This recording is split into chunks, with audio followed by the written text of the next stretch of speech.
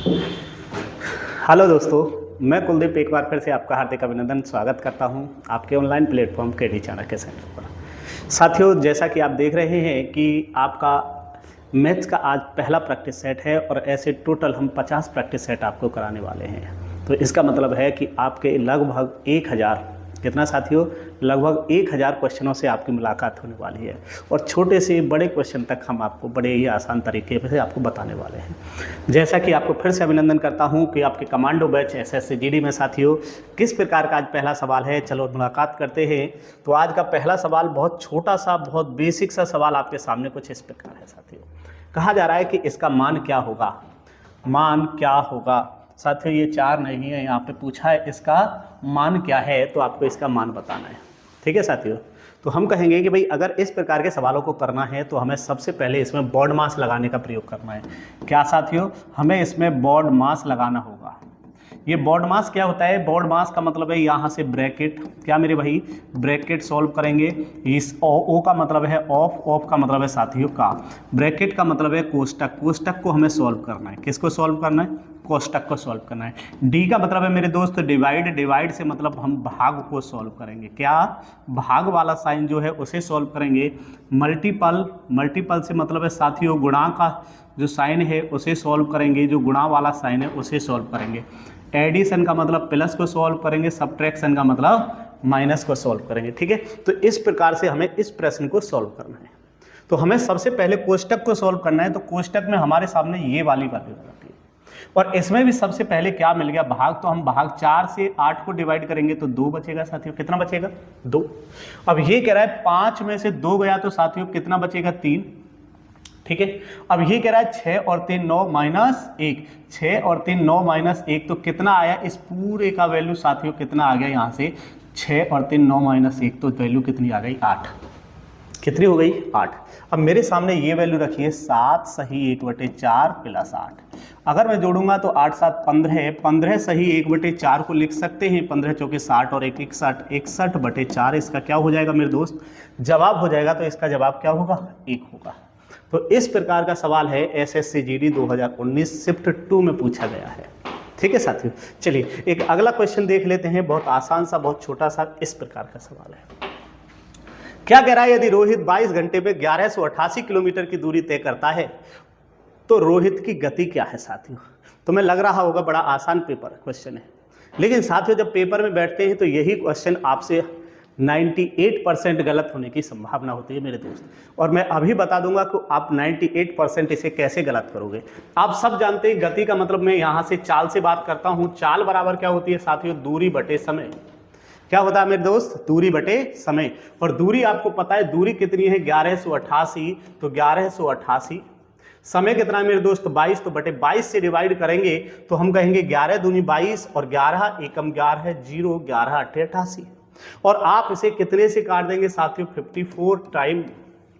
तो आप कहेंगे कि साथियों इसका जवाब तो 54 आ गया और आप उसे तुरंत टिक टिक कर देंगे और यहीं से आपका सवाल 100% क्या हो जाना है, गलत। क्योंकि ये 54 है और साथ में मीटर प्रति सेकंड है मेरे दोस्त, ये आपको ध्यान देना है। यहाँ क्या था, किलोमीटर प्रति घंटे हमारी चाल बन गई।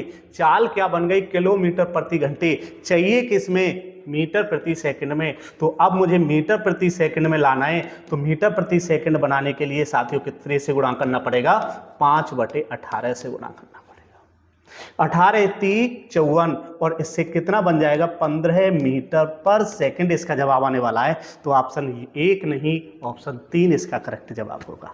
ठीक है, तो पेपर टाइम पे अपने दिमाग को थोड़ा सा यूज करना होगा मेरे दोस्त। ऑप्शन की तरफ भी आपको ध्यान देना पड़ेगा। ठीक है, चलिए आज का नेक्स्ट क्वेश्चन की बात करते हैं। कुछ ऐसा ही हल्का सा एक सवाल, और ऐसा ही हल्का सा एक सवाल है आपके लिए ये वाला। साथियों इस प्रकार के सवालों को अगर कहते हो कि भाई हमें इसे सॉल्व करना है तो आपके लिए टाइम फोड़ने के सिवा बाकी कुछ नहीं है। मेरा कहने का मतलब है, आपसे कहा है ए और बी का अनुपात 7:8 है, बी और सी का अनुपात 7:9 है। आपसे पूछा है ए बी सी का क्या होगा। तो इसमें आपको इस प्रकार के प्रश्न को करने के लिए मेरे दोस्त आपको कुछ नहीं करना है। ये कह रहा है ए और बी का कितना है 7 8, तो हम इस वाले पोर्शन में ए और बी का अनुपात ही चेक कर लेंगे। अगर इस वाले पोर्शन में ए और बी का अनुपात, तो हम कहेंगे 7 8 56 और 7 7 49, तो ए और बी का कितना आ रहा है 8 7। यहाँ कहेंगे 7 7 49 और 7 8 56, यहाँ कितना आ रहा है 7 8 आ गया।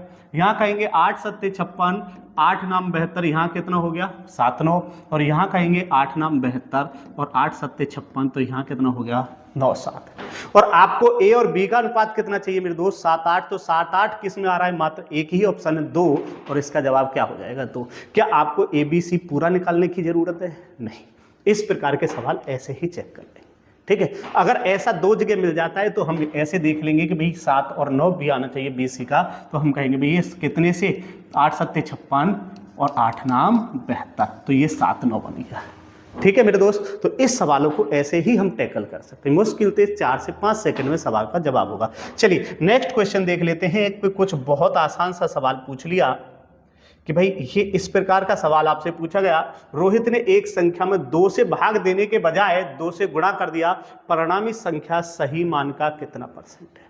और तुम इसमें भी लगभग मेरे साथियों 300 आप करेक्ट जवाब बताएंगे, और 300 इसका जवाब नहीं होने वाला है। सवाल आसान है लेकिन मॉडरेट है मेरे दोस्त, तो सवाल को ध्यान से पढ़कर इसको जवाब देना है, ठीक है। आपके पास समय है, आपके पास बटन भी है, आप पॉज करके अपने हिसाब से सवाल का जवाब दें। अगर आप सही दे पाते हैं तो आपका 90% आप दिमाग से काम करते हैं। चलिए इसमें कहा है कि रोहित से एक संख्या को क्या किया, 2 से भाग करने के लिए कहा गया। भाग करना एक सही बात है, भाग करना एक सही बात है। ये बात सही है कि मान लो संख्या 1 थी और इसे 2 से भाग किया, ये बात सही है। लेकिन गलत बात क्या है, गलत बात ये है कि गुणा करना। गलत बात क्या थी, गुणा करना, लेकिन इसने गुणा कितने से कर दिया, संख्या को 2 से गुणा कर दिया। एक को मैंने संख्या 2 एक मान ली थी, 2 से गुणा कर दिया। अगर इन दोनों का रेशो बताऊं साथियों, तो दोनों का जो रेशो आएगा, रेशो कभी भी, अनुपात कभी भी भिन्न में नहीं होता है, तो यहां से गुणा हटके कहां लग जाएगी, यहां, तो मेरा रेशो आने वाला 1:4, ठीक है। बहुत से लोगों ने इसमें से अंतर लेके इस पे परसेंटेज निकाल दिया होगा, और वो 100% क्या हो गया होगा, गलत। मैंने क्या कहा कि भाई परिणामी संख्या, अब यहां परिणामी संख्या क्या है, जो गुणा किया है यही परिणामी है मेरे भाई, ये परिणामी संख्या बनी है, ठीक है। परिणामी संख्या कितनी है, 4। कह रहा है परिणामी संख्या सही मान कौन सा है हमारा, 1। सही मान क्या है हमारा, 1। तो परिणामी संख्या सही मान का कितना % है, तो परिणामी संख्या कितनी है, 4।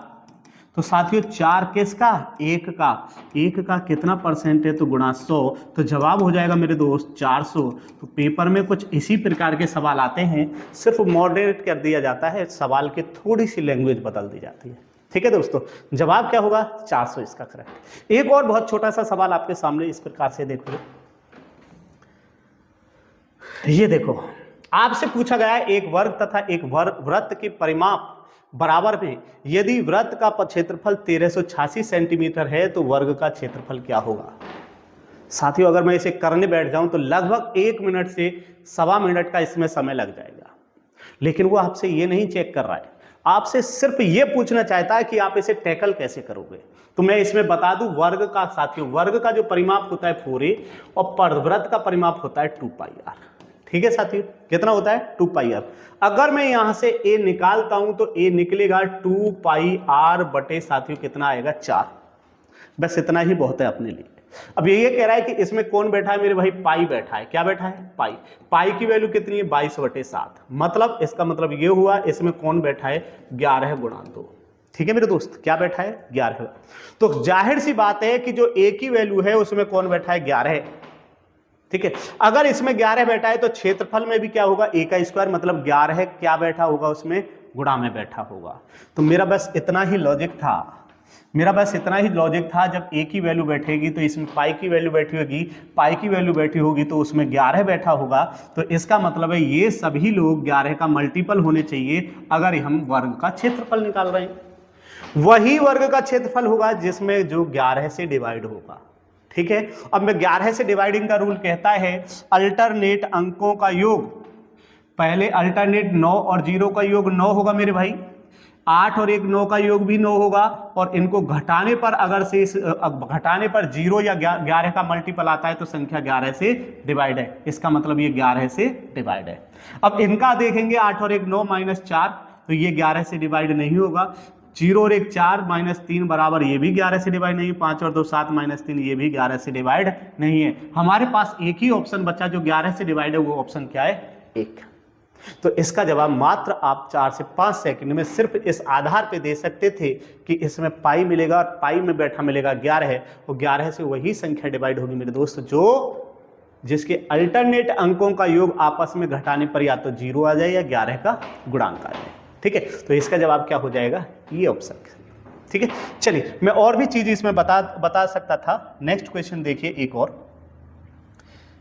देखिए, ये कह रहा है दो संख्याओं का में से 8 है तो निम्नलिखित में से कौन सा लेसे नहीं हो सकता। ठीक है, क्या कह रहा है? कौन सा लेसे नहीं हो सकता, तो आपको बता दें कि आखिर लेसे का क्या माजला है। ये कहता है अगर कोई दो संख्याएं a अनुपात b में है और क्या दिया है मेरे दोस्त? HCF दिया है, तो मैं कहूंगा LCM क्या होता है मेरे भाई कि a गुणा b गुणा HCF, ये क्या होता है मेरा LCM। और मैंने यहां देखा कि LCM में क्या मल्टीपल में होता है? HCF गुणा में होता है, मतलब में से किस में बैठा होता है? गुणा में। अगर कोई भी LCM संख्या होगी तो वो किसका गुणांक होगी? HCF का। किसका मल्टीपल होगी? HCF का। ठीक है, तो इसका मतलब अगर कोई भी LCM होगा तो उसमें कौन होगा? 8 जरूर बैठा होगा। तो हम देख लेते हैं 8 से कौन कौन सी संख्या डिवाइड है। 8 से ये भी डिवाइड है, 8 से ये भी डिवाइड है, 8 से ये भी डिवाइड है, 8 से ये डिवाइड नहीं है। इसका मतलब 8 इसमें गुणा में नहीं है, तो यही क्या होगा? इसका LCM नहीं हो सकता, क्योंकि HCF क्या होता है? गुणा में होता है। इसमें 8 नहीं है, इसका मतलब आपका LCM क्या नहीं होगा? 3 नहीं होगा। 68 8 से डिवाइड नहीं है। ठीक है सर, ऑप्शन कितना हो जाएगा? 3। मैंने आपको सिर्फ वो क्वेश्चन बताए हैं जो आप 3 से 4 सेकंड में प्रश्नों को सॉल्व कर सकते हैं, ये नहीं बताया कि तरीका क्या है। ठीक है साथियों, चलिए और एक क्वेश्चन मैं आपके सामने लेके आया हूं, और एक प्रश्न है जो आप कर सकते हैं, ये वाला। ये भी SSC GD 2019 शिफ्ट सेकंड अनुपात का समान है। ठीक है, अब ये कह रहा है कि भाई PQR का अनुपात दे रखा है 5 है, 3 है और 6 है। तो हम कह रहे हैं भैया P/Q, Q/R, अरे हाँ या ना, और भैया R/P। इसका जवाब क्या होगा? तो कह दो भैया 5/3, और भैया Q कितना है? 3/6, और कह दो भैया कि ये कह रहा है 6/5। इनका अनुपात बताएं। ये वास्तविक रेशो नहीं है, अनुपात कभी भी भिन्न में नहीं होता है मेरे दोस्त। अनुपात कभी भी किस में नहीं होता है? भिन्न में नहीं होता है, और अनुपात भिन्न में नहीं होता है। तो किस प्रकार से करेंगे? नीचे वाली संख्याओं का क्या ले लेंगे? LCM, और नीचे वाली संख्याओं का LCM कितना आ जाएगा? 30, और 30 आ गया तो 30 की सब जगह क्या कर देंगे? गुणा कर देंगे। 3 से भाग करेंगे 10 बार तो ये वैल्यू आ जाएगी 50। 6 से ये 5 बार कट जाएगा, ये वैल्यू आ जाएगी 15। शायद 50 और 15 देख लो, अगर मैच कर जाता है तो वही जवाब हो जाएगा। तो जवाब क्या हो जाएगा? ऑप्शन ए इसका करेक्ट आंसर है। ये SSC GD शिफ्ट 2 का सवाल है। चलिए ऐसे ही एक सवाल से और आपकी मुलाकात करवाते हैं। चलिए जी, एक और सवाल, बेहतरीन सवाल, और मुलाकात इस प्रकार है। ये रहा जी। शिक्षक के भार को शामिल करने पर 24 छात्रों के एक समूह का औसत भार 2 किलोग्राम बढ़ जाता है। यदि 24 छात्रों का प्रारंभिक औसत मेरे भाई औसत भार 30 किलोग्राम है तो शिक्षक का भार क्या होगा? ठीक है दोस्तों, अगर मुझे शिक्षक का भार पता करना है तो मैं ये कहूंगा साथियों, शिक्षक का भार कितना हो जाएगा? बच्चों का भार कितना था? 30 प्लस, अब इसमें कितना बढ़ के आएगा वो चीज मैं आपको समझाने की बात करूंगा, तो इसे थोड़ा सा इस हिसाब से समझिए साथियों। जो औसत जो होता है ना, एवरेज औसत बराबर होता है कुल आर्टिकल का योग बटे कुल आर्टिकल, मतलब उनकी संख्या। ठीक है, इस लाइन का मतलब जो हुआ, इस लाइन का मतलब जो हुआ, इस वाले का मतलब ये हुआ प्रत्येक आर्टिकल का मान ही क्या कहलाता है? आपका औसत कहलाता है। प्रत्येक का मान ही क्या कहलाता है? औसत कहलाता है। जैसे इसने कहा है मेरे भाई कि भाई 24 छात्रों का औसत भार कितना है? 30 है, कि भैया 24 जो छात्र हैं उनका जो औसत भार है, एवरेज जो मास है वो कितना है? 30 kg। ठीक है, तो इसका मतलब ये हुआ जो एवरेज है, जो औसत है, वो क्या होता है, प्रत्येक का मान। मतलब प्रत्येक बच्चे का भी बाहर कितना होगा, 30। 24 का 30 है तो प्रत्येक का भी क्या होगा, 30 होने वाला है। अब ये कह रहा है इसमें अगर मैं एक अध्यापक को ऐड कर लूं, एक अध्यापक को ऐड कर लूं तो औसत भार में कितने की वृद्धि होगी, तो मतलब अध्यापक का, शिक्षक का भार क्या होगा। अगर एक ऐड किया है तो टोटल सदस्य कितने हो गए साथियों, 25। टोटल सदस्य कितने हो गए, 25। अगर साथियों जो शिक्षक हैं वो भी 30 के होते, शिक्षक भी कितने के होते, 30 के, तो अपने भार में ना तो वृद्धि होती ना ही कमी होती, क्योंकि प्रत्येक का भार कितना है, 30 ही है। लेकिन इसने कहा प्रत्येक के भार में, प्रत्येक के भार में मतलब औसत भार को क्या कहते हैं, प्रत्येक का भार। तो प्रत्येक के भार में 2 की वृद्धि हुई है, तो 25 के हिसाब से टोटल कितनी वृद्धि हुई है, तो 25 दूनी 50 वृद्धि हुई है। ठीक है, तो 50 वृद्धि हुई है तो आपका मान कितना हो गया, तो टोटल बन गया 80 किलोग्राम मेरे दोस्त। तो यही किसका भार है कि जो शिक्षक हैं वो 80 किलोग्राम का वजन लेके आए हैं, तभी प्रत्येक के भार में कितने की वृद्धि हुई है, 30 की। क्यों कि 80 में से अगर 30 हटा दोगे तो बचेगा कितना, 50। और 50 का अगर मैं औसत निकालता हूं तो 50 बटे कितने सदस्य हैं, 25, तो कितना भार बढ़ेगा, 2 बढ़ेगा। ठीक है, तो हम क्या करेंगे, जितना बढ़ता है उतने की गुणा करेंगे और अपने पुराने भार में जोड़ देंगे। सही है, ओके। इसका जवाब क्या हो जाएगा, ऑप्शन 3 इसका करेक्ट होगा। चलिए एक और छोटा सा बेहतरीन सवाल, ये कह रहा है यदि एक वृत्त का व्यास 15% बढ़ जाता है तो इसके प्रतिशत वृद्धि क्षेत्रफल में कितने % की होगी। बहुत छोटा सा सवाल है। सबसे पहले हमें पता होना चाहिए कि भैया किसका है, वृत्त का, और वृत्त का क्षेत्रफल मेरे दोस्त क्या होता है, वृत्त का क्षेत्रफल होता है मेरे भाई पाई आर स्क्वायर। पाई एक कांस्टेंट वैल्यू है तो इससे लेना देना नहीं है, तो कितना है, मतलब आर कितनी बार है, 2 बार गुणा है। मतलब आर में वृद्धि हो या जब परसेंटेज का मामला है तो व्यास में कितनी % की वृद्धि है, 15 की, तो हम कहेंगे व्यास में वृद्धि या रेडियस में वृद्धि एक ही बात होगी, है ना। क्योंकि भैया व्यास जो होता है 2r होता है और 2 कैसा है, कांस्टेंट वैल्यू, तो इसका मतलब जो वृद्धि हो रही है वो किस में हो रही है, आपकी रेडियस में हो रही है। और ऐसा होता है वृद्धि हो रही है और रेडियस में हो रही है, चीजें गुणा में है, तो हम कहेंगे जो इसका आंसर होगा वो होगा साथियों x + y + xy बटे, तो ये परसेंटेज इफेक्ट पूछ रहा है किसमें, क्षेत्रफल में, तो ये वैल्यू हम निकाल देंगे। x का मतलब है ये पहली वैल्यू और ये दूसरी वैल्यू। ठीक है, अब यहाँ दोनों ही जगह क्या है, 15 है, तो हम कहेंगे 15 + 15 प्लस कितना, 15 × 15 बटे 100। ठीक है दोस्त, 15 × 15 30 हो गया। 30 में अब अगर हम कुछ जोड़ रहे हैं तो 30 में कुछ जुड़ेगा, 15 का स्क्वायर 225, तो हम कहेंगे 30 + 2.25, तो 32.25 इसका क्या हो जाएगा, जवाब हो जाएगा। मतलब इसे आप इस वाले से मात्र बहुत कम समय में इसे कर सकते हैं। ठीक है, वैसे इसके बहुत सारे तरीके हैं, किस प्रकार से हम दूसरा तरीका अप्लाई कर सकते हैं। हमें पता है कि क्षेत्रफल क्या होता है, r, गुणा क्या होता है, r, और मैंने कह दिया भैया एक r की वैल्यू है कितनी % है, 15% को लिख सकते हैं 3/20। अगर आपकी रेडियस पहले 20 थी तो अब कितनी हो जाएगी, 23। अब रेडियस कितनी बार है, 2 बार, तो 2 बार लिख दीजिए, रेशो बना दीजिए। और क्षेत्रफल क्या होता है साथियों, पाई आर स्क्वायर, तो पाई कांस्टेंट वैल्यू इसे लेंगे नहीं तो यहाँ से बनेगा 400 और यहाँ से बनेगा 529। ठीक है मेरे दोस्त, तो पहले क्षेत्रफल था 400, अब हो गया 529, तो कितने की वृद्धि हुई है, तो साथियों 129 की वृद्धि कितने पे हुई है, 400 पे। परसेंटेज बनाना है, गुणा 100, 0 से 0 काट दो, आपका वही आ जाएगा 32.25%। ठीक है, कितना आ जाएगा, 32.25%। और भी बहुत सारे तरीके, लेकिन टाइम बचाने के लिए आपको यही बेस्ट रहता है। ठीक है, चलिए एक और बेहतरीन सा सवाल, बहुत छोटा सा सवाल आपके लिए, कि भाई आपसे कहेंगे कि क्या पूछा जा रहा है। तो ये कह रहा है कि भाई एक कुर्सी तथा मेज के अंकित मूल्य कितना है मेरे भाई, 2:3 के अनुपात में है। कह रहा है कुर्सी पर 20% का बट्टा दिया जाता है, यदि कुर्सी तथा मेज संयुक्त पर मतलब दोनों पर 26% है, क्या है, डिस्काउंट है, बट्टा इतना है, तो मेज पर कितना % बट्टा दिया गया।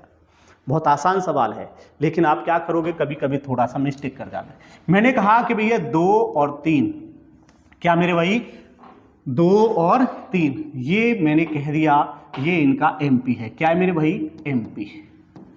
क्या है, एमपी। और दोनों का एमपी कितना है साथियों, 5। दोनों का कितना है, 5। अगर मैं इनका परसेंटेज निकालने लगूं तो शायद वैल्यू पॉइंटों में आ जाएगी, और पॉइंट से बचने के लिए मैं क्या करता हूं, इसमें भी 100 की गुणा कर देता हूं और इसमें भी 100 की गुणा कर देता हूं। तो इन दोनों में किए तो टोटल वैल्यू कितनी हो गई, 500। अब इसने एक बात और कह दी मेरे दोस्त कि इसने कहा है कि भाई इस पे जो कुर्सी पे जो है, ये कह रहा है कुर्सी जो चेयर है, चेयर पे ये जो कह रहा है 20% का डिस्काउंट, 20 की छूट दे दी तो कितने में बेच रहा है, 80 में। तो साथियों इसका 80% निकालना है, ठीक है।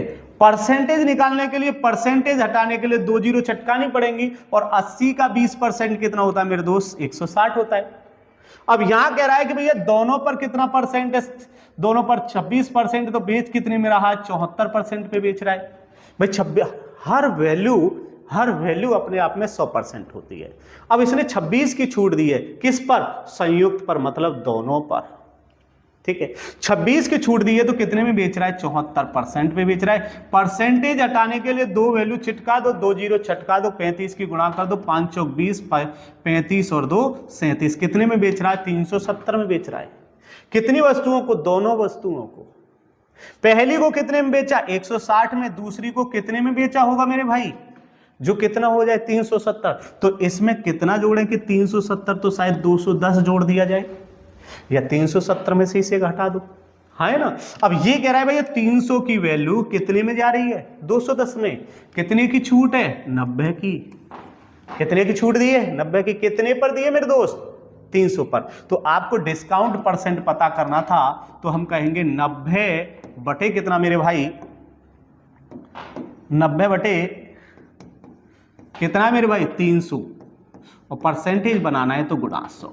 तो 0 से 0 हटा दो, और 3 से कितनी बार हो जाएगा, 30 बार। तो आपका जवाब कितना परसेंट डिस्काउंट है मेरे भाई, 30%। तो इसका जवाब क्या हो जाएगा, ऑप्शन 3 इसका करेक्ट जवाब होगा। बड़ा छोटा सा सवाल है, यही सब एसएससी जीडी 2019 का क्वेश्चन। चलिए आज का एक और बेहतरीन सवाल, आप इसे तो फोड़ ही दोगे, इसके तो धुआं धुआं कर दोगे, हाँ या ना। कह रहा है कि ए और बी ए अकेले काम को 14 दिन में कर सकता है, बी उसी काम को 21 दिन में कर सकता है। दोनों ने एक साथ काम किया, किंतु काम प्रारंभ होने के कितने दिन बाद की बात कर रहा है, 4 दिन बाद ए ने छोड़ दिया।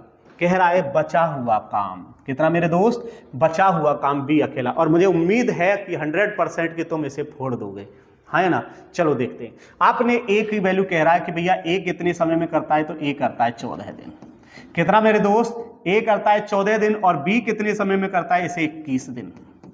अब ये दोनों किसी एक ही काम को कर रहे हैं, तो काम क्या होता है, इन दोनों संख्याओं का एलसीएम। और एलसीएम आपको पता है बड़ी संख्या का टेबल पढ़ा जाता है, तो 21 दूनी 42, और दोनों 42 को डिवाइड करते हैं, इसलिए आपका कार्य कितना हो गया मेरे दोस्त, इतना। एलसीएम को ही क्या मानते हैं मेरे भाई, एलसीएम को ही क्या माना जाता है, कार्य माना जाता है।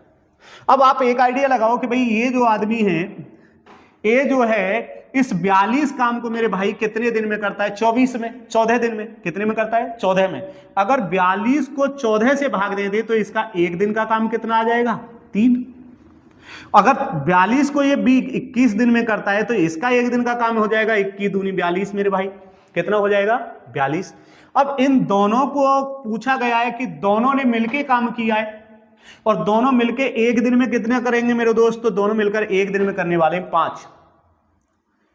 और दोनों एक दिन करने के बाद कितने दिन साथ रहे, तो दोनों एक दिन करने के बाद 4 दिन तक इन लोगों ने, कितने दिन तक साथियों, 4 दिन तक इन्होंने एक साथ काम किया। और तो काम कितना सिमटा दिया, 20 काम इन्होंने क्या कर दिया, इसमें से चटका दिया, है ना।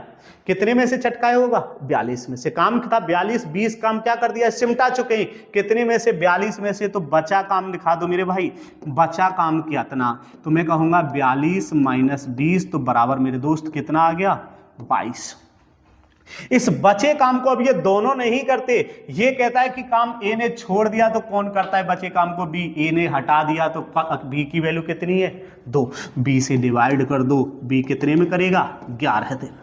बी अकेला इस बचे काम को कितने दिन में करेगा, 11 दिन में करेगा। तो इस प्रकार के छोटे छोटे सवाल आपके एसएससी जीडी ने पूछे। चलिए और एक छोटा सा सवाल आपके लिए, और एक छोटा सा सवाल आपके लिए ये रहा साथियों, इसका बताना है माध्यिका क्या होगी। क्या बताना है? माध्यिका। माध्यिका कुछ नहीं है, जो नंबर दे रखे इसको बढ़ते क्रम या घटते क्रम में लगा दो और दोनों तरफ से समान संख्याएं हटाते चले जाओ। जैसे इसने कहा है कि भाई हमारे पास कितनी है, टोटल 15 लगातार संख्या है, 15 मैचों का गेंदबाजी विकेट दिया है। तो इसने कहा है डाटा की माध्यिका। माध्यिका का मतलब है मध्य वाली संख्या यहाँ पे क्या आने वाली है। सबसे पहले मध्य वाली निकालने से पहले डाटा को क्या करेंगे, घटते या बढ़ते क्रम में लगाएंगे। ठीक है, तो मैंने कहा घटते क्रम में लगाना थोड़ा सा आसान होता है। तो जीरो कितनी जगह मेरे दोस्त, 3 जगह, तो 3 बार जीरो रखिए, 3 बार क्या रखनी है, जीरो।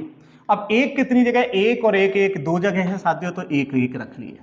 2 कितनी जगह, 2 4 जगह है साथियों, तो 2 को 4 बार लिखिए। कितनी बार लिखेंगे, 4 बार। अगर पूछा 3 कितनी जगह, तो साथियों 3 1 और 1 2, 2 जगह है 3 आपका, 3 को 2 बार लिखिए। 4 कितनी जगह है, तो 4 एक ही जगह है। और 5 कितनी जगह है, 1 2 3 जगह है 5, तो 5 3 जगह है। ठीक है साथियों, अब मुझे यहां से इनकी माध्यिका पता करनी है। तो माध्यिका का मतलब है हमें मध्य वाला पॉइंट पता करना है। तो मैं यहां से कहूंगा माध्यिका निकालने के लिए अगर कुल संख्याएं क्या है, विषम है, तो हम कहेंगे n+1/2। मतलब संख्याएं कितनी है, 15 प्लस 1/2 बराबर 8वीं जो संख्या होगी वही हमारी क्या होगी, माध्यिका। 8वीं जो संख्या आने वाली है वही क्या होगी, माध्यिका। आप चेक करके देख लो भैया 8वीं संख्या क्या है। तो मैं कहूंगा साथियों 1 2 3 4 5 6 7 और ये 8, 8वीं संख्या आपकी 2 है। तो आपका आंसर कितना हो जाएगा, 2। क्या हो जाएगी इसकी, माध्यिका। ठीक है मेरे दोस्त, अब हम इसे दूसरे तरीके से क्या करते हैं, हमें ये फॉर्मूला शायद नहीं पता है, शायद सम वाले आ जाए। तो हम क्या करेंगे भैया, दोनों तरफ से समान नंबर, काउंटिंग में समान, इधर से 3 हटाओ तो इधर से भी 3 हटाओ। ठीक है, इधर से 2 हटाओ तो इधर से भी 2 हटा दो मेरे दोस्त, इधर से 2 हटाओ तो इधर से भी 2 हटा दो। अब जो बीच में बच गया वही क्या होगा, इसका जवाब होगा। वही क्या होने वाला है, जवाब। आपको दोनों तरफ से चीजें काटते काटते जो मध्य में बच जाएगा वही क्या कहलाएगी, माध्यिका। तो जवाब क्या हो जाएगा, 2 इसका करेक्ट जवाब होगा। चलिए ऐसा ही एक बहुत छोटा सा प्यारा सा सवाल आपके लिए, इसी प्रकार का एक प्यारा सा सवाल कुछ इस प्रकार से है, ये वाला। साथियों आप बहुत जल्दी बहुत तेजी से इस सवाल का जवाब दे सकते हैं, लेकिन देना सोच समझ के ही है। ठीक है, ये कह रहा है कि मोहित 10 मीटर प्रति सेकंड की गति से कार्यालय जाता है तथा x किलोमीटर प्रति घंटे की चाल से वापस आता है। यदि पूरी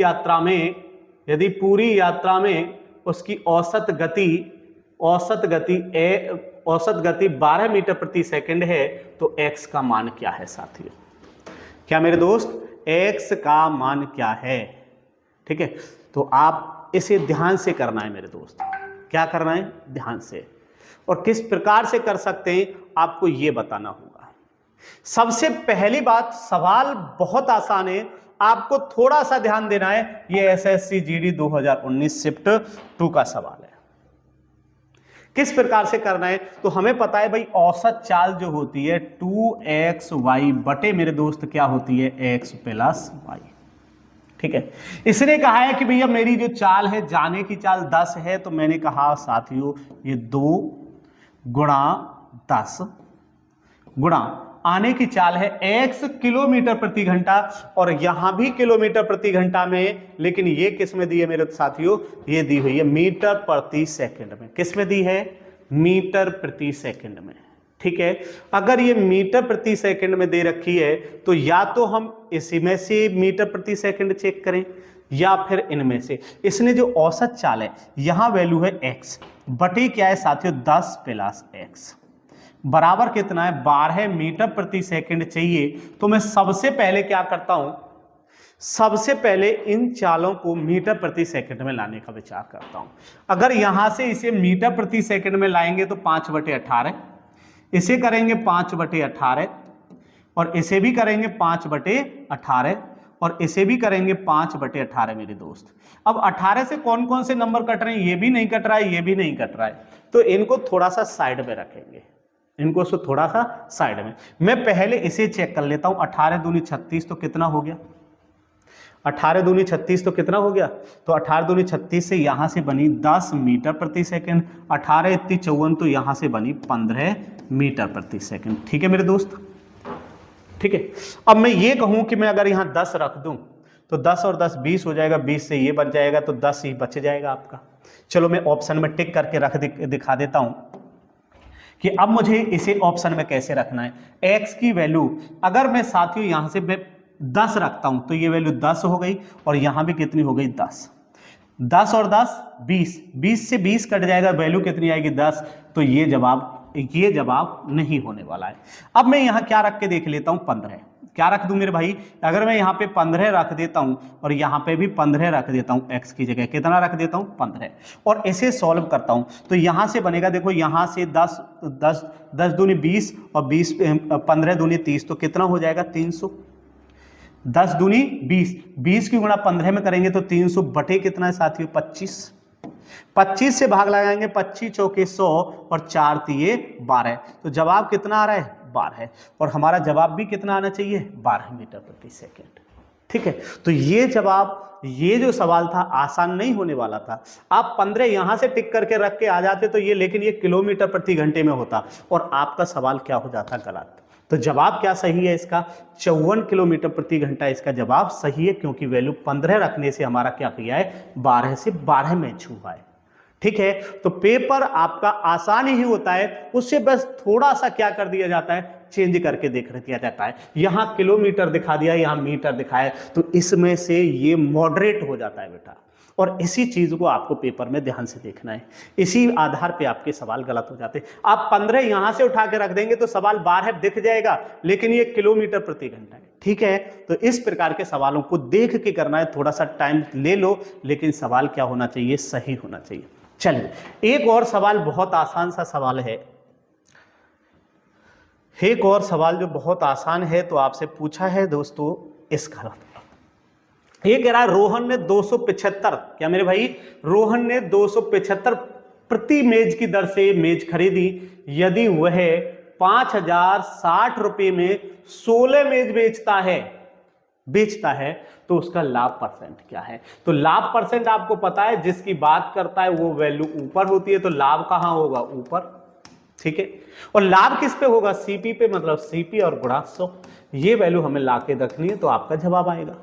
तो हम कहते हैं, देखो इसने कहा कि अगर हमें सीपी चाहिए मेरे भाई, क्या चाहिए सीपी, और एसपी इसने बता दिया है कितना है मेरे भाई 5060, एसपी इसने बता रखा है 5060, और कितनी वस्तुओं का है मेरे दोस्त 16 का है। अब इसने कहा है एक वस्तु का क्रय मूल्य 275, तो 16 का क्रय मूल्य नहीं निकाल सकते, अरे हाँ या ना, तो 16 का क्रय मूल्य इसमें गुणा कर दो 16 की, 275 में 16 की गुणा, 16 पंजे 80, 16 सत्ते 112 और 8 20 हो गया, 16 दूनी 32 और 12 कितना हो जाएगा मेरे दोस्त 44 हो जाएगा। अब इसमें से इसे देखो कितने का, देखो 4400 रुपए की वस्तु 5060 में बेच रहा है, तो फायदा हो रहा है या घाटा। तो साथियों यहां से इसे घटा के देखें तो 0.66, तो इसे लाभ हुआ मेरे दोस्त, कितने का हुआ है लाभ 660 रुपए का, कितने पर हुआ है 4400 रुपए पर, तो लाभ परसेंट 660 बटे 4400, अरे हाँ या ना, तो हम कहेंगे परसेंटेज बनाने के लिए गुणा 100, 2 जीरो से 2 जीरो चटका दो, 11 चौक 44, और 11 से कितनी बार 60 बार, और 4 से कितनी बार 15 बार, तो जवाब क्या आने वाला है इसका 15, इसका करेक्ट आंसर हो जाएगा। कितना हो जाएगा मेरे दोस्त 15। तो ये सवाल आपका 100% सही होने वालों में से था। चलिए एक और सवाल कुछ ऐसा ही आपसे पूछा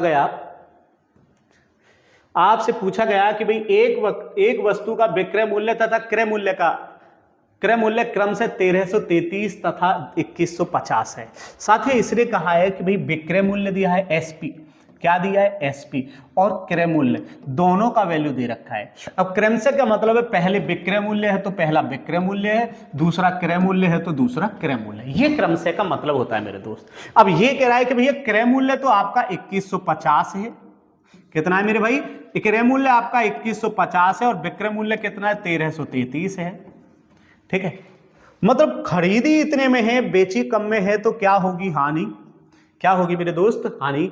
और हानि कितनी है भाई साथियों? इसमें से घटा दो भाई, 10 में से तो 3 गया तो 7 बचेगा, यहाँ 4 रह जाएगा, 4 में से 3 गया तो 1 बचेगा, और 11 में से 3 गया तो 8 बचेगा। ठीक है, अब यहां से आपको हानि परसेंटेज निकालना है। ये लॉस हुआ है, लॉस हुआ है तो लॉस परसेंटेज कहेंगे भैया 817 बटे कितना मेरे भाई, कितने पे हुआ?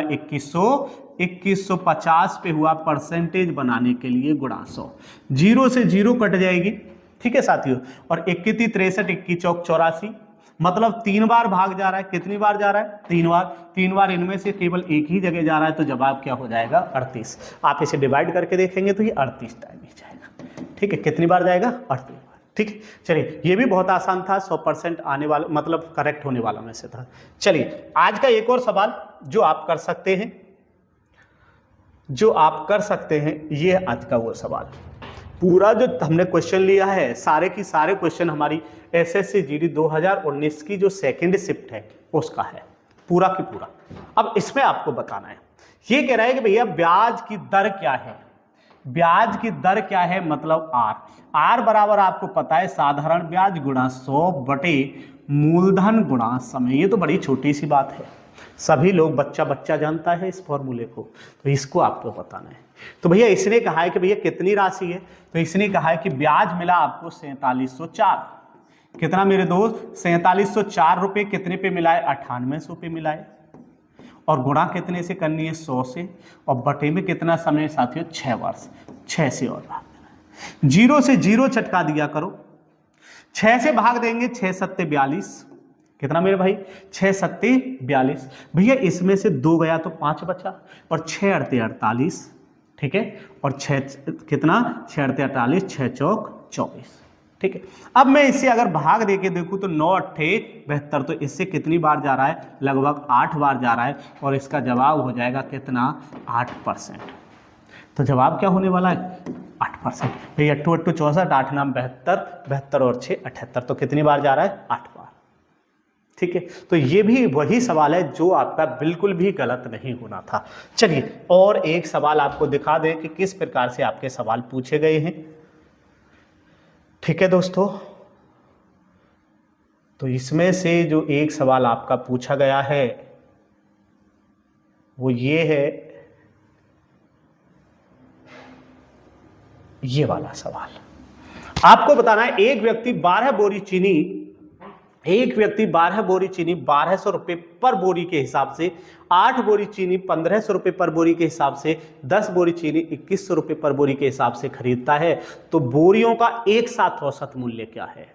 तो औसत का मतलब है तो पहले टोटल पैसे निकालेंगे और टोटल बोरियों से भाग दे देंगे। तो बड़ा ही आसान है, तो हमने कहा 12 बोरी, एक बोरी कितने की है? 1200 की, तो 12 बोरी कितने की हो जाएंगी? 12 12 144, तो 14,400 की। ठीक है मेरे दोस्त, ये कह रहा है 8 बोरी खरीदी है 1500 की, तो 15 चौके 60 या 15 अट्ठे 120, सॉरी, तो कितना हो जाएगा? 12,000 रुपये की हो जाएंगी 8 बोरी।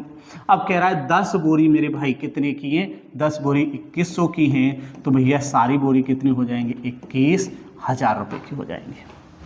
ठीक है, ये कह रहा है टोटल रुपया कितना बना। टोटल रुपया यहाँ से जोड़ दो, यहाँ से ये बन जाएगा, ये बन गया 47,400। ये बन गया कुल योग। क्या बना है? रुपयों का कुल योग। और टोटल कितनी संख्या में है बोरी? तो टोटल इनका योग किया तो 30। अगर मुझे एवरेज पता करना है, औसत पता करना है, तो मैं ये कहूँगा औसत मतलब एवरेज क्या हो जाएगा? एवरेज औसत जो है साथियों क्या हो जाएगा इनका? 47,400 बटे कितना है मेरे दोस्त? 30। 0 से 0 काट दो, 0 से 0 काट दो, 3 एकम 3, 3 पंजे 15, 3 अट्ठे 24, तो कितना हो जाएगा? 1580 रुपये मेरे भाई। कितना? 1580 रुपये इसका क्या होगा?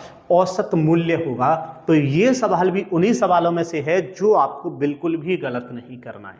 ठीक है, आपने देखे होंगे सभी सवाल, बस 2 से 3 सवाल मॉडरेट थे, और उसमें अगर आप थोड़ा सा भी ध्यान दोगे तो पूरे 20 के 20 सवाल आप सही करने वाले हो। ठीक है, चलिए अब हम बात कर लेते हैं जो आपका सवाल जो 2019 में अलग से पूछे गए थे वो क्या थे।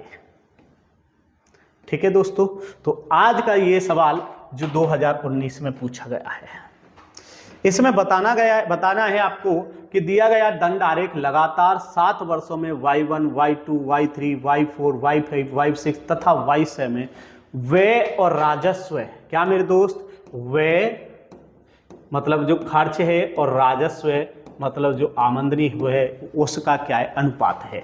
क्या है मेरे दोस्त, अनुपात है। इसमें पूछा है कि किस वर्ष में सर्वाधिक लाभ होता है, किस वर्ष में सर्वाधिक लाभ होता है, ये आपको बताना है। साथियों इसने कहा है जो इसमें दिया है उसी में से बताना है। वैसे हमें मोटे तौर पे जो दिखाई दे रहा है वो कितना है, 0.96, ठीक है। तो ये है मोटे तौर पे, लेकिन इसने कहा है कि भाई हमें y5 में बताना है, y6 में बताना है, y2 में बताना है। y2 का देखेंगे तो साथियों ये है 0.75, y6 का देखेंगे तो साथियों ये भी कितना है 0.75, और y5 का देखेंगे तो दोस्त ये है 0.70। तो यहां से ज्यादा है 0.75, 0.75, तो दो वैल्यू एक सी आ गई।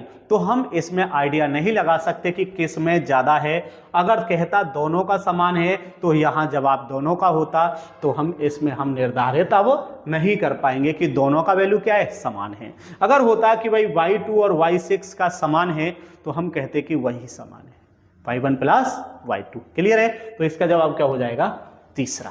चलिए एक सवाल और, इसका बेहतरीन सा सवाल है, पूछा गया है। अब ये मत कहना कि डाटा इंटरप्रिटेशन इसमें नहीं आने वाला, ये देखने के साथ ही हो जाने वाले सवाल हैं। इसमें आपको ज़्यादा टेंशन नहीं लेनी है, क्योंकि आपके सामने एक और भर्ती है जो हूबहू आपकी एसएससी जीडी के आधार पर ही क्या पूछती है, आपसे गणित पूछेगी, आपसे रीजनिंग पूछेगी, आपसे जीएस पूछेगी, और उसका नाम है आरपीएफ कांस्टेबल। वो भी बहुत जल्दी आपके सामने आने वाली है। तुम इसका पेपर नहीं दे पाओगे, उससे पहले आरपीएफ की आपकी भर्ती क्या होगी, आ चुकी होगी। ठीक है दोस्त, तो अपनी तैयारी को उस हिसाब से करिए कि आपके ये दोनों एग्जाम, और आपके लिए एक और जो सबसे बड़ी भर्ती है वो है यूपी पुलिस। सभी में इस प्रकार के सवाल देखने को मिलेंगे, इसलिए मैंने इन सवालों को भी इसमें डाला है। ठीक है, चलिए ये कह रहा है नीचे दिए गया दंडारेख 7 विभिन्न मिठाइयों को, S1 मिठाई है, S2 मिठाई है, S3 है, S4 है, S5 है, 6 और 7, टोटल कितने प्रकार की मिठाई हैं, 7 प्रकार की। और इसने कहा है कि मिठाई S1 और S3 का एक साथ संयुक्त वजन कितना मेरे भाई, 30 किलोग्राम है। कितना, सॉरी 300 किलोग्राम है। दोनों मिठाइयों में प्रयोग की गई चीनी की कुल मात्रा क्या है।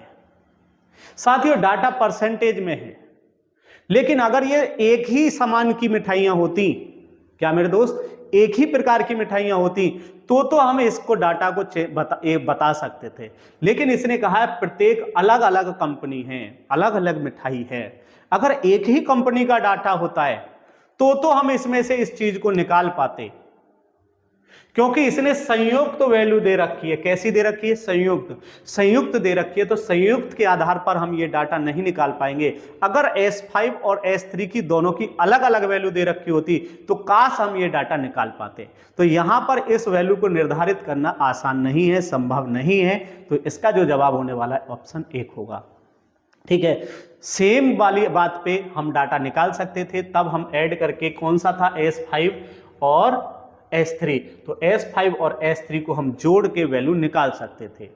ठीक है मेरे दोस्त, लेकिन ये अलग मिठाई है, ये अलग मिठाई है, तो हम इन दोनों को जोड़ नहीं सकते, तब हम वैल्यू नहीं निकाल सकते। ठीक है, तो इसका जवाब क्या हो जाएगा, हम इसे निर्धारित नहीं कर सकते। ठीक है साथियों, तो आज के लिए ये 20 से 22 सवाल आपके लिए इस प्रकार के थे, जिसमें आपको अगर मजा आया है, आपको अच्छी लगी है वीडियो, तो वीडियो को एक बार लाइक और शेयर करें। और कल आप तैयार रहिए इसी प्रकार का एक नेक्स्ट प्रैक्टिस सेट, और साथ में ऐसी ही एक क्लास की हम व्यवस्था करेंगे। तो तब तक के लिए जय हिंद, नमस्कार दोस्तों।